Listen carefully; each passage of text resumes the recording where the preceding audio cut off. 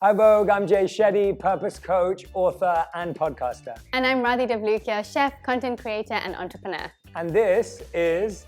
All About Love.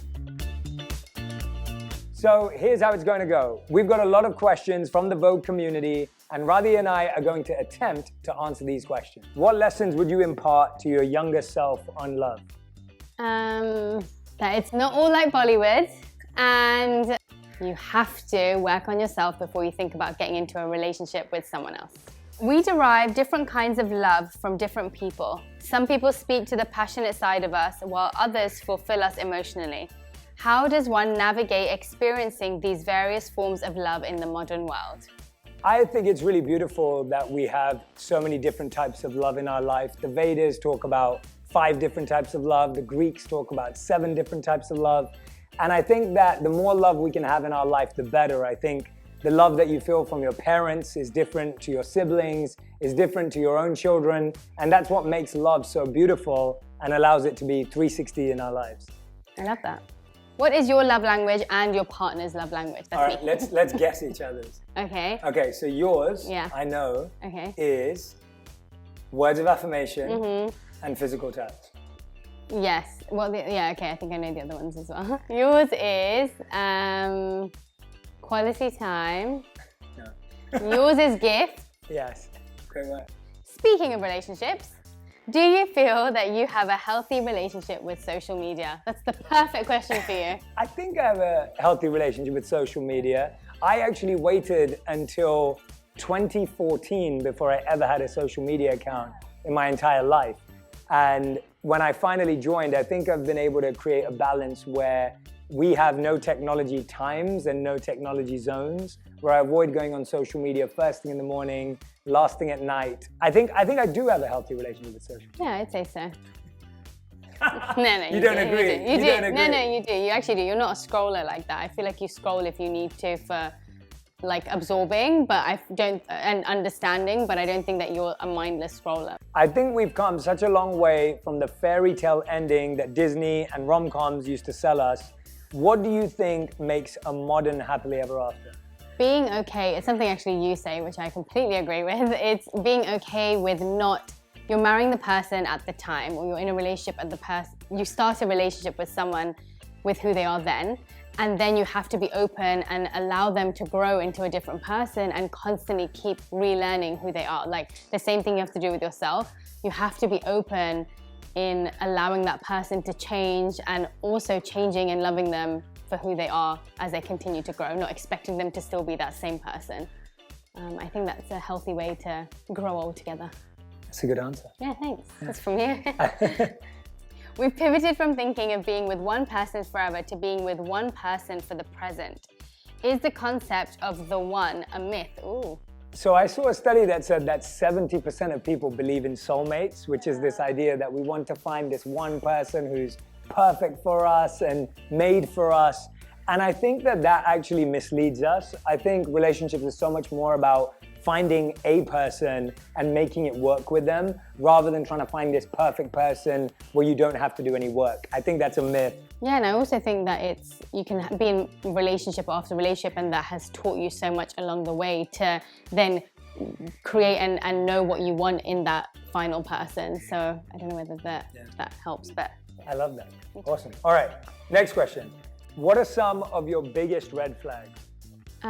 Okay, so biggest red flags for me back then would have been someone who can't make me laugh or like take a good joke, because I like a bit of banter, and also communication. Like I realized how important that is to be able to communicate how you're feeling, what you like, what you don't like, and just be open and honest as time goes on. It's hard to do that at the beginning, but I think if you start off like that, it allows you to continue it. And then maybe a third one would be ghosting. I feel like that's like a big thing now. Everyone just ghosts everyone. As a Gen Zer, exploring the dating scene, I find myself in situationships now. What do you think of this new form of dating? So I think that situationships are things that we put ourselves into. They're not something that you're put into. And it's because we want someone to be with us, but then they don't really want to be with us, so they're not being clear. And I think it goes back to the red flags. If anyone's playing games with you or not being clear with you about where you stand with them, then you can't be with them. And so it's better for you to know where you stand with someone rather than forcing them to be in your life or make a decision they're not ready to make. So I think it's better to know whether you're single, whether you're dating, whether you're exclusive or not, rather than end up in this messy situationship, which is actually very confusing. And sometimes we end up in those because you're not ready to be alone yet. Like you don't want to be alone. And so you're kind of settling for something that is half there and half not, rather than being okay with maybe a longer period where you're just by yourself and inviting, like rather than settling, waiting to receive the person and the energy that you actually need and should deserve. I love that. All right, Radhi. I should have written your book. I know, great answers.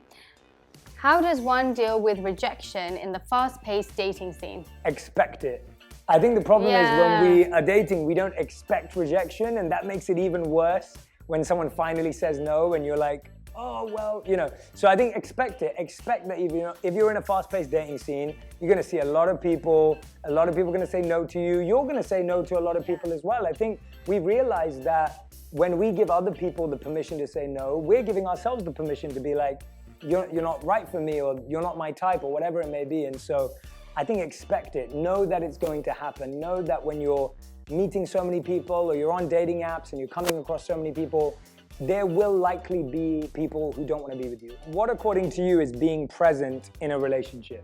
I think obviously having that quality time where it's just you without your phone, without any other distractions, really truly listening to the other person and having conversations where you're being attentive. But even more than that, I think day to day, it's the little things, like the things that you notice that they might need in the day, or like you do that so much with me, with, you know, even if I'm getting up to get something, like what should I get you, or what do you need, what are you getting up for? It's like the little things that you show up for someone on a day-to-day basis, just noticing the things that they may be lacking in the day or how they're feeling and trying to support them in those subtle ways just shows that someone's paying attention to you. And I think that's, you know, a big sign of presence.